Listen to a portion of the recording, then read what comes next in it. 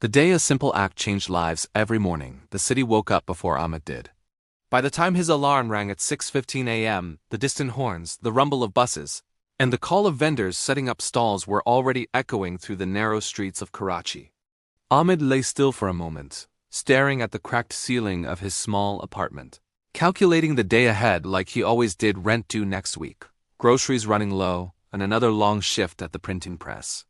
He was 32, unmarried, and known among his coworkers as quiet but reliable. He showed up on time, did his work, and left without complaint. Life, to Ahmed, was something to endure responsibly, not something to expect joy from. He showered, ironed his one good shirt, and stepped outside into the humid morning. The bus stop was already crowded. People stood shoulder to shoulder, eyes fixed on phones or lost in their own thoughts. Ahmed took his usual spot near the faded pole with peeling posters and waited. That was when he noticed the woman. She stood slightly apart from the crowd, holding the hand of a small boy who couldn't have been more than 6. Her clothes were clean but worn. The boy's school bag hung loosely from one shoulder, its zipper broken. He kept rubbing his eyes, clearly exhausted. Ahmed glanced at them once, then looked away. Everyone had their own problems. The bus arrived late as usual. People pushed forward, frustration bubbling over in sharp words and impatient sighs. Ahmed managed to squeeze inside, finding a place to stand near the back. A few stops later, he noticed the woman and the boy again. They had boarded too, the boy now leaning heavily against her leg. The boy tugged at her sleeve. "Amy, I'm tired." "I know, Beta," she said softly. "Just a little more." Ahmed watched as the boy's knees buckled slightly with the movement of the bus. Instinctively, he tightened his grip on the metal bar, bracing himself. At the next stop, a man got off, leaving behind an empty seat, one of the few.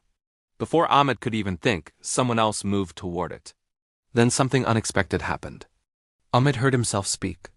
"Please," he said louder than he meant to. "Let the child sit." The man paused, looked at the boy, and stepped back with a shrug. Ahmed guided the woman forward. "You can take it," he said. "He looks exhausted." The woman's eyes widened, surprised. "Thank you," she said quietly, helping her son into the seat. Ahmed nodded, suddenly self-conscious, and returned to his place. He didn't think much of it. It was a small thing. Barely an inconvenience.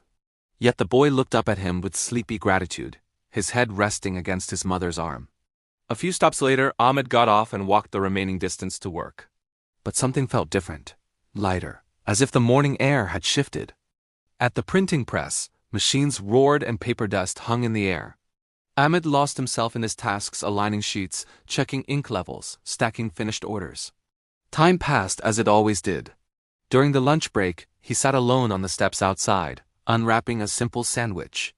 That was when a familiar voice reached him. "Bye?" He looked up. It was the same woman from the bus, standing hesitantly with her son beside her. "Yes?" Ahmed said, confused. "I hope I'm not disturbing you," she said. I recognized you. You work here?" Ahmed nodded. "Yes, I do." She smiled gently. "I wanted to thank you properly. My son Ali hasn't been feeling well for days. I was taking him to school before going to my cleaning job." "That seat meant more than you know," Ali waved shyly.